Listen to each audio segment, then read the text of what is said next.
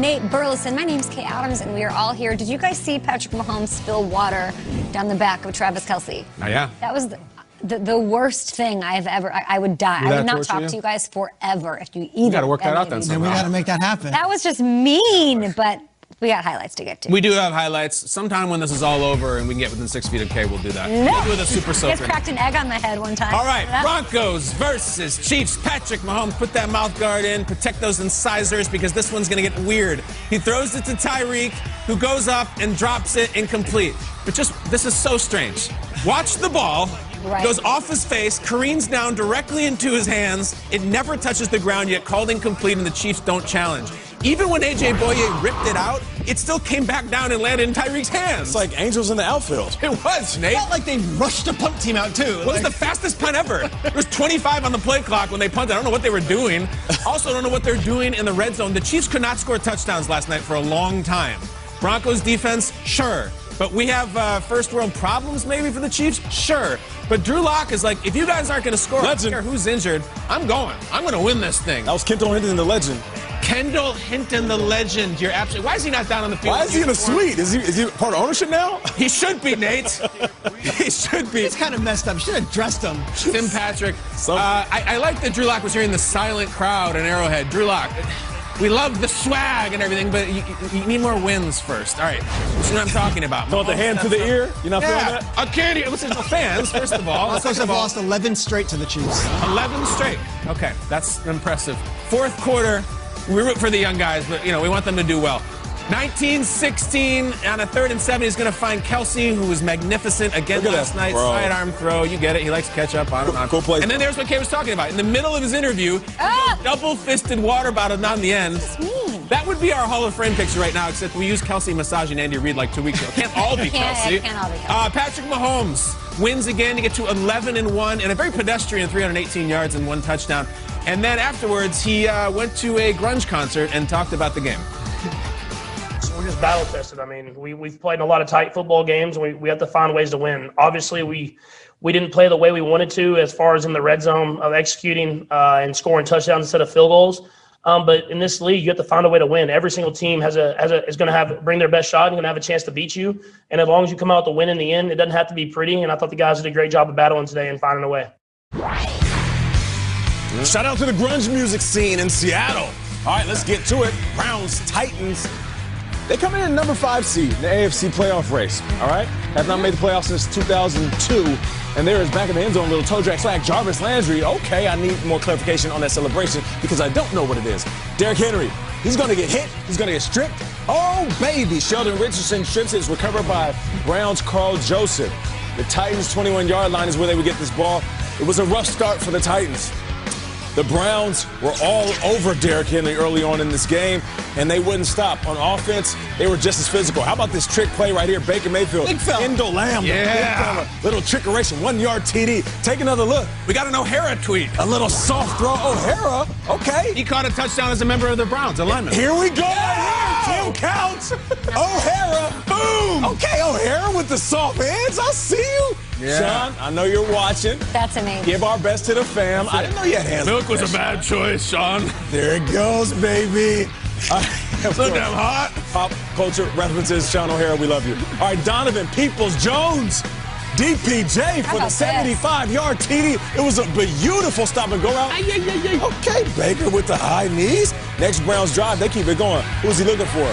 Rashad Higgins. Hollywood. They roll out the red carpet, and they roll out a butt-whooping. 4 pass TDs in the first half. That right there ties Otto Graham's record since the 1950s. That was a franchise record. All right, and then they just keep it going. How about this dude, Nick Chubb? We had a couple people say on the set yesterday that Nick Chubb reminds them a lot of Jim Brown. Woo, that is high praise. And he does run. Where's all the Derrick Henry highlights? I know. There is no Derrick Henry highlights. The Browns, they're going to win this. Even though the score says 41-35, the Browns won this convincingly from the start. I want to hear from Baker Mayfield because he always has something interesting to say. Just realizing what I'm capable of. I've always believed in myself. I'm not going to pay attention to the BS. Just put my head down and work. The job's not finished yet, but playing confident and being who I am, not looking for any approval on the outside, is how I've always been the best at what I've done. And so that's how I need to do it.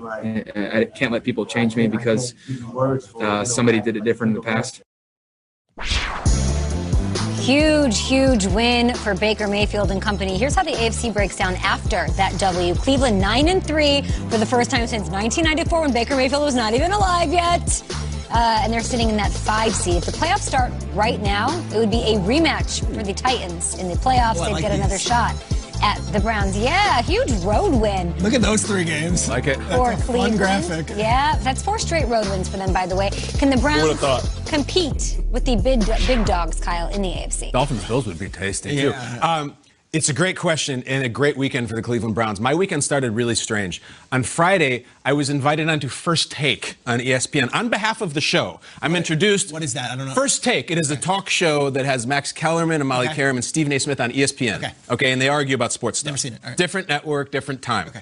But they introduced me and they say, Peter Schrager and Kay Adams and Nate Burrows and Good Morning Football. And then they accused me of being a liar right to my face on the air because they said, do you believe in the Browns? Kind of like we are now. And I said, I believe that they got to prove that they have a big-time quarterback. And Stephen A. Smith, who is a guy who's been on ESPN for a long time, Philadelphia Inquirer, he said, I watch your show every morning. I love the show. I love the show. I love Kay. I love Peter. I love Nate. And you disrespect our show by coming in here and lying to our face that you don't know if Baker's a big-time quarterback. We already know he's not. And then Max would chime in and said, we all know he's not. He's nothing. And they get crazy on that show. They really go big. There seems to be a thing where they fight with each other, and some people think that they predetermined it. I don't. But they were screaming at me for being a liar because I thought just Baker has to prove that he's good. Well, Stephen A., he had 4 touchdowns in the first half. So if you want to give me some of those chocolate chip cookies you eat to when the Cowboys lose, I'll take 1 for each touchdown. 4 of them. Baker Mayfield, Kay, to answer your question, I consider the Titans one of the big dogs. I do. I think that they are playoff tested and gritty as hell. And the Browns smacked the hell out of them. We got lineman touchdowns. We got everything. The only thing the Browns have really working against them, in my opinion, is a couple really ugly losses in the division. One was 3 months ago. One was 2 months ago. They're 9-3. 9-3 for the Browns is 19-0 for the Packers or Seahawks. And 9-3 is 19-0. I believe. You believe what? Hold on. I believe they can hang with the big dogs. Yeah, I can believe they can win a couple playoff games. Win a couple playoff games.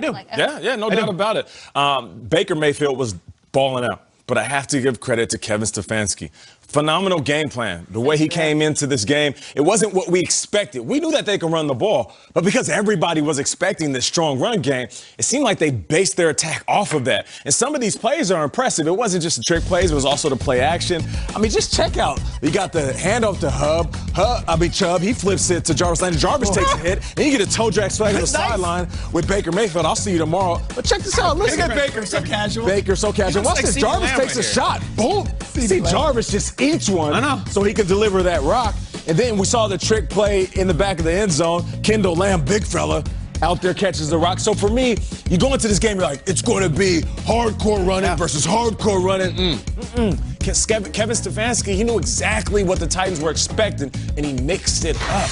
You talk about a mixed bag, you do that segment, he dig deep into that mixed bag and had a great game plan. First off, I'd like to address Kendrick Perkins, who I have beef with. He was on First Take the other day talking about James Harden, how he won't win the big one. James Harden was a Game 7 away from beating the Warriors. Okay, hey, Perkins be beefing. I know. I don't want to mess with Perk was on Friday, too. Ben Simmons, no mid-major jumper. I'm not messing with Perk, and I'm not messing with the Browns either. Okay. The Browns showed me something yesterday. We hyped up Henry versus Chubb and Hunt all week.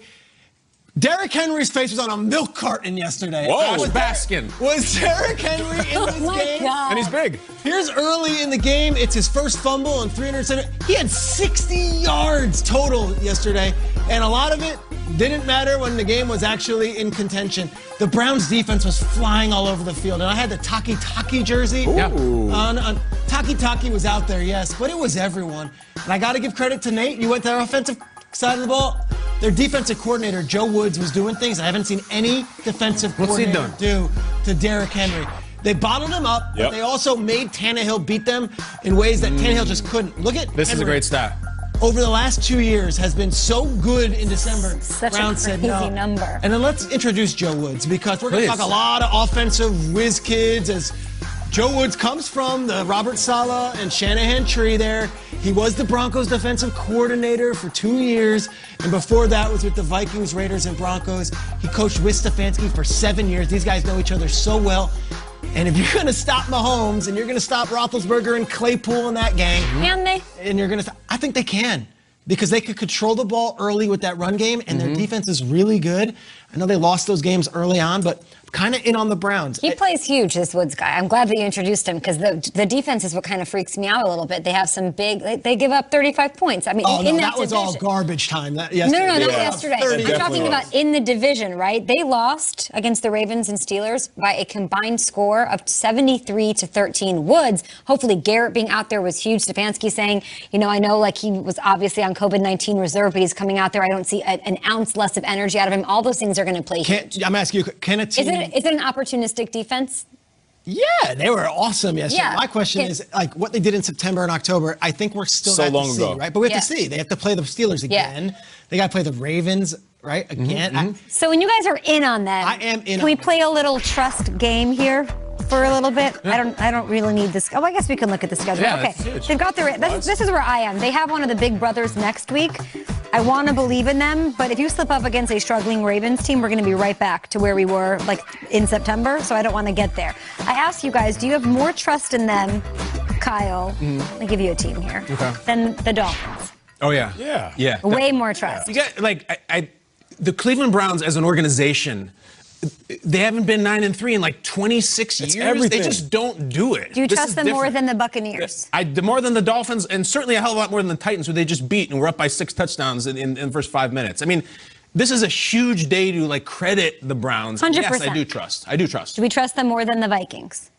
Yeah. Separate conference, but absolutely. I mean, they've got 3 losses, and Derrick Henry is an MVP candidate. Crazy. Did nothing. And he never 6 yards fumbles. is Derrick Henry doesn't crazy. fumble. Well, we love to see it. Browns 9-3. Enjoy it. Big one against the Ravens this next week. I'm just trying to give I want to know. I like getting the gauge of where you guys are after wins and losses. They play the Ravens. I don't know who I'm taking in that game. I need to see the Ravens Tuesday night, but the Ravens and Yeah. Steelers own Well, the who's Browns. playing for the Ravens? Like, who's going to be out there? We know. don't even know. I would expect you to say you have to see the Browns beat the Steelers or the Ravens for you to actually believe in them. Perhaps. If they lay an egg against the Ravens, maybe I'll be like, They're 9-3, man. that was They're so awesome. What the They- Titans they've just earned did the right to make a Colts, mistake. Yeah, I mean, it was awesome. They've earned Let's the bring right in to make Ian a mistake. Rappaport. Ian, talking about that Tuesday night game. Thank you so much, Peter, for teeing that up. Will the Ravens have their MVP quarterback, Lamar Jackson, back in action? Now, Lamar Jackson still on the COVID-19 reserve list for the last couple weeks since going on it on Thanksgiving night. My understanding is the team does, in fact, expect Lamar Jackson, the MVP and their starting quarterback, to be activated off the list and start on Tuesday. If you look at the timing of this situation, he actually, just based on the numbers, 10 days in all, was eligible to come off yesterday. Obviously, no transaction wire on Sunday, so potentially, I would say likely, we will see Lamar Jackson come off the COVID-19 list today. And there have been several Ravens starters who have come off the list recently. J.K. Dobbins activated, Mark Ingram activated, Calais Campbell, even with a calf injury, practiced yesterday, activated. The Ravens are doing a pretty good job of keeping everything under wraps just to make sure no one knows who actually is playing on Tuesday. But I would expect Lamar Jackson to be one of them. Love that. And if he's back, he'll probably be out there for that Browns game. All I'm saying about the Browns is like they beat Piston Honda. Now they have to take on King Hippo. There's just another big brother, big layer to this, but they passed their test with flying colors. We'll see what the Ravens do against the Cowboys on Tuesday night. And then it is that divisional matchup to kick off week 14. Cowboys, Ravens, special football on a Tuesday night. It is prime time. It is bright lights, big stakes with the playoff pictures. The Ravens have their sights set on a return to the postseason. The Cowboys need a win to keep pace in the NFC East. The Giants look pretty good. We'll see what the Washington football team looks like tonight. But tomorrow it's Cowboys-Ravens, 8 p.m. Eastern, Fox, NFL Network, and streaming on Prime Video. More highlights up ahead. Don't go anywhere. Who said he couldn't throw? Taysom. Taste some of these. Taste some of this.